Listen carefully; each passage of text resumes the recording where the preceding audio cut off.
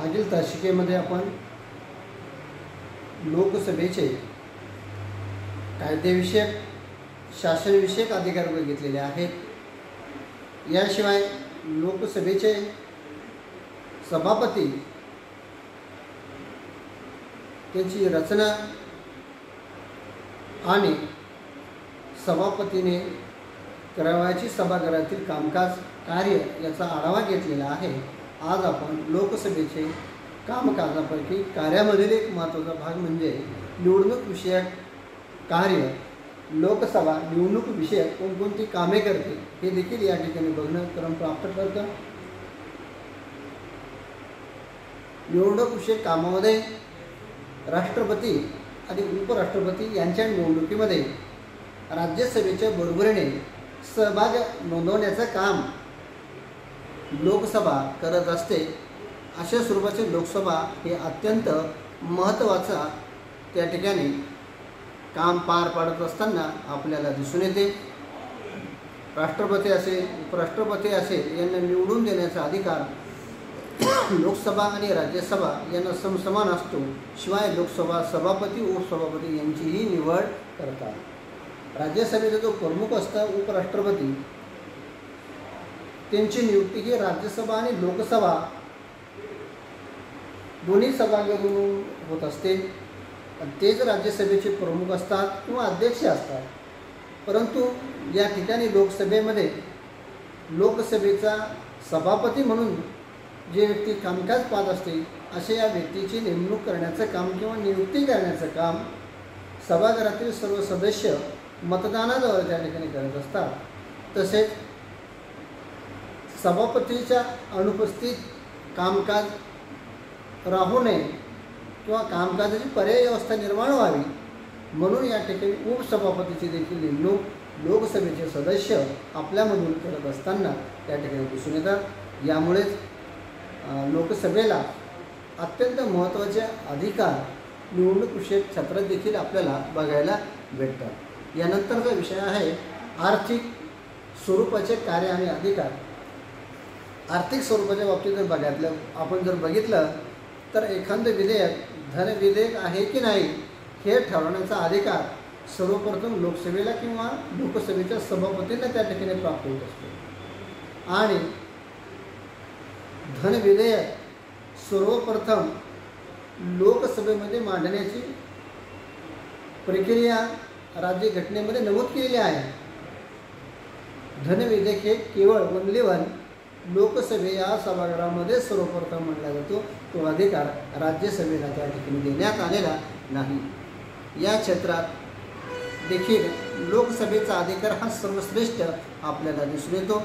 सर्वसाधारण विधेयके कोणत्याही एका सभागृहामध्ये मांडण्याची प्रक्रिया राज्यघटनेमध्ये नमूद केलेली आहे। परंतु धन विधेयकाच्या बाबतीमध्ये हा वेगळा निर्णय या ठिकाणी आपल्याला बघायला मिळतो। कारण लोकसभेचे सर्व लोकप्रतिनिधी हे जनतेचे प्रतिनिधित्व करणारा सभागृह आहे। जनतेचं सार्वभौमत्व अबाधित राहावं किंवा जनता ही सर्वश्रेष्ठ आहे हा त्याचा एक हेतू त्या ठिकाणी लक्षात घेऊन धन विधेयक हे केवळ लोकसभेमध्ये मांडण्याची प्रक्रिया त्या ठिकाणी केलेली आपल्याला दिसून येते। कदाचित लोकसभेनं जे धन विधेयक मंजूर केलं आहे ते राज्यसभेकडे मंजुरीसाठी जाते, पण धन विधेयकाच्या संदर्भामध्ये केवळ 14 दिवसापर्यंतच राज्यसभेला तो निर्णय घ्यावा लागत असतो। यामध्ये दुरुस्ती करायच्या किंवा नाही करायच्या, पण दुरुस्ती करत असतानाही ज्या धन विधेयकाचं मूळ जो गाभा आहे त्या मूळ गाभ्याला कमी करता येत नाही किंवा मूळ गाभ्याला बाधा आणता येत नाही। राज्यसभेला एवढं पाळून करून दुरुस्त्या सुचवाव्या लागतात, तेही केवळ 14 दिवसापर्यंत। 14 दिवसानंतर त्या दुरुस्त्या लोकसभेकडे आल्या किंवा नाही आल्या तरी धन विधेयक हे मंजूर झालं असं त्याचा मतितार्थ त्या ठिकाणी निघत असताना आपल्याला दिसून येतो। याच कारणामुळं धन विधेयकाच्या संदर्भामध्ये देखील आपल्याला असं म्हणता येईल की लोकसभेला राज्यसभेपेक्षा अत्यंत महत्त्वाचे किंवा महत्त्वपूर्ण अधिकार त्या ठिकाणी मिळालेले आपल्याला दिसून येतात। यानंतर लोकसभेचा एक महत्त्वाचा अधिकार म्हणजे घटनादुरुस्ती विषयक कार्य व अधिकार। भारतात घटक राज्यांची कायदेमंडळे घटनादुरुस्तीबाबत कोणत्याही प्रकारचे निर्णय घेऊ शकत नाही किंवा पुढाकार ते घेऊ शकत नाही. घटनादुरुस्तीचे विधेयक फक्त संसदेलाच मांडण्याचा अधिकार आहे. घटनादुरुस्तीबाबत मात्र लोकसभा व राज्यसभा यांची कार्य समान आपल्याला दिसून येतात. घटनादुरुस्ती एकूण सभासदांच्या आणि उपस्थित राहून मतदार करणाऱ्यांच्या 2/3 मताने मंजूर होत असते. घटनादुरुस्तीचे विधेयक राज्यसभा किंवा लोकसभा यापैकी कोणत्याही सभागृहात मांडले जाऊ शकते. घटक राज्यांना घटनादुरुस्तीबद्दल पुढाकार घेण्याचा अधिकार नसतो. अशा स्वरूपाचे घटनादुरुस्ती अधिकारासंदर्भामध्ये लोकसभा आणि राज्यसभा या दोन्ही सभागृहांना समान अधिकार त्या ठिकाणी दिसून येतो. एकूण सभागृहामध्ये जी काही उपस्थिती लोकसभेमध्ये आहे त्याच्या 2/3 सदस्यांनी ते विधेयक जर मंजूर झालं तर त्या ठिकाणी तो पास विधेयक झालेला आहे असा त्याचा अर्थ निघतो आणि ते विधेयक दुसऱ्या सभागृहाकडे विचारविनिमयासाठी जातो. पण या दोन्ही सभागृहांमध्ये जर भेदभेद झालं, घटनादुरुस्तीविषयक विधेयकाबाबत झाले तर त्या ठिकाणी संयुक्त बैठक बोलवण्यात येत नाही. हा मात्र या ठिकाणी एक महत्त्वाचा पायंडा आपल्याला दिसून येतो. सर्वसाधारण विधेयकाच्या बाबतीमध्ये राष्ट्रपती संयुक्त अधिवेशन बोलवू शकतात, पण घटनादुरुस्तीच्या विधेयकाबाबत तशी तरतूद त्या ठिकाणी आपल्याला दिसून येत नाही. म्हणून दोन्ही ठिकाणी हे समान अधिकार आपल्याला त्या ठिकाणी लागू असलेले त्या ठिकाणी दिसून येतात.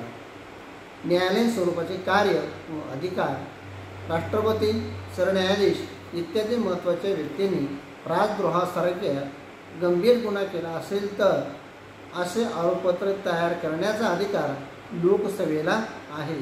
त्यासाठी 14 दिवसांची नोटीस द्यावी लागते. लोकसभेत जर ते 2/3 बहुमताने संमत झाले तर राज्यसभेकडे पाठविले जाते. राज्यसभा चौकशीचे कार्य करते. तिथेही 2/3 बहुमत आवश्यक असते. आरोपपत्र राज्यसभेत मांडले असेल तर लोकसभा चौकशीचे कार्य करते.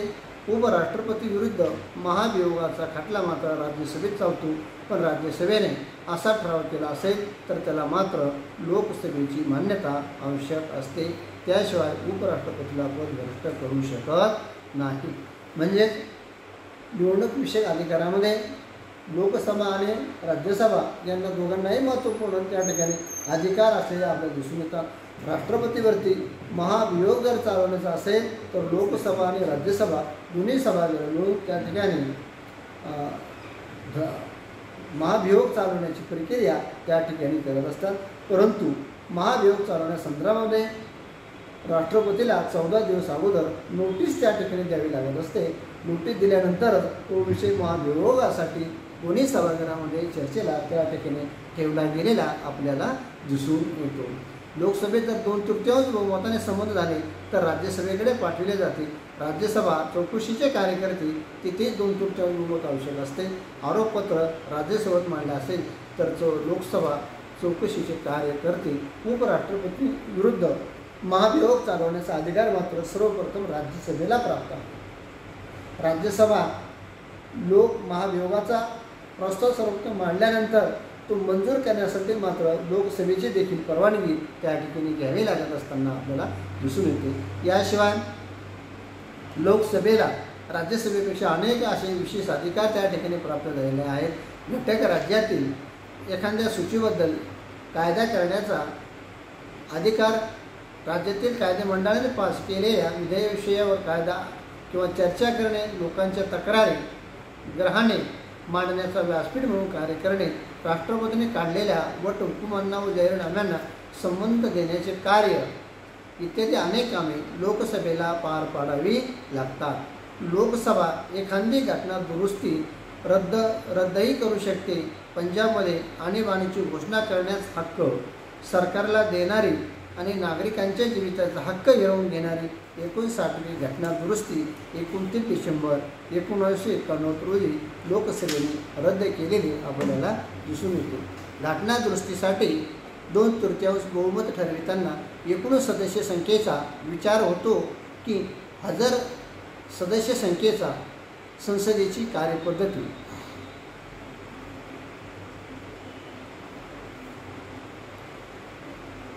लोकसभेच्या निवडणुका झाल्यानंतर नव्याने निवडून आलेल्या लोकसभेच्या व राज्यसभेच्या संयुक्त अधिवेशनात राष्ट्रपतीचे अभिभाषण आयोजित केले जाते।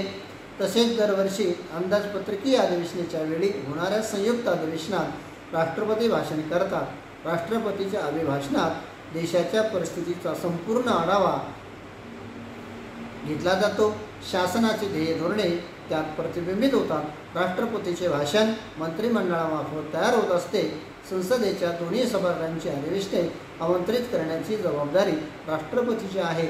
अधिवेशनाची तारीख व जागा राष्ट्रपतीच ठरवितात। अधिवेशनात 6 महिन्यापेक्षा जास्त कालावधी होऊ नये अशी घटनात्मक तरतूद आहे। याशिवाय अतिरिक्त अधिवेशनही आमंत्रित केले जाऊ शकतात। साधारणपणे संसदेची 3 अधिवेशने भरवली जातात। त्यामध्ये पावसाळी अधिवेशन जे आहे जुलै ते ऑगस्ट या दरम्यान भरवले जाते आणि याशिवाय हिवाळी अधिवेशन जे आहे ऑक्टोबर-नोव्हेंबरमध्ये, तर अंदाजपत्रकीय अधिवेशन दर फेब्रुवारी महिन्यामध्ये किंवा मार्च महिन्यामध्ये ते बजेट मांडण्यासाठी त्या ठिकाणी मांडलं जात असतं। या नियमित अधिवेशनाशिवाय विशिष्ट कारणावर चर्चा करण्यासाठी खास अधिवेशने आमंत्रित केले जाते। एकूण 10% खासदारांनी सभापतीकडे मागणी केल्यास जादा अधिवेशने आमंत्रित करण्याचा अधिकार राष्ट्रपतींना असतो। राष्ट्र स्वातंत्र्याच्या सुवर्ण महोत्सवानिमित्त संसदेचे 6 दिवसाचे खास अधिवेशन 26 ते 31 ऑगस्ट 1997 भरविण्याविषयी सभापती संगमा यांनी राष्ट्रपतींना विनंती केलेली होती। एखाद्या विधेयकाच्या बाबतीत दोन्ही सभागृहात मतभेद निर्माण झाल्यास संयुक्त अधिवेशन आमंत्रित केले जाते। उदाहरणार्थ, फोटो विषयक विधेयक लोकसभेने मंजूर केले परंतु राज्यसभेने ते फेटाळले होते। विधेयकाचे गांभीर्य लक्षात घेऊन राष्ट्रपतींनी 26 मार्च 2002 रोजी संयुक्त अधिवेशन आमंत्रित केले। यात फोटो किंवा पोटा विधेयक मंजूर झाले। आतापर्यंत इतिहासात असे संयुक्त अधिवेशन 3 वेळा आमंत्रित करण्यात आलेले होते। म्हणजे लोकसभेचे अधिवेशन वर्षभरातून किमान 3 वेळेस घ्यावे लागत असतात। यामध्ये पावसाळी अधिवेशन, हिवाळी अधिवेशन आणि उन्हाळी अधिवेशने त्या ठिकाणी होत असतात। याशिवाय गरज पडल्यास अत्यंत आवश्यक परिस्थिती निर्माण जर असेल तर 10% खासदारांनी तशी विनंती राष्ट्रपतीकडे जर केली असेल तर असे विशेष अधिवेशने देखील भरवण्याची प्रक्रिया भारतामध्ये आपल्याला दिसून येते। अलीकडील काळामध्ये महिला विधेयकावर सहमत करत असताना विशेष अधिवेशन बोलवलेलं आपल्याला देखील नुकतंच त्या ठिकाणी पार पडलेलं आहे।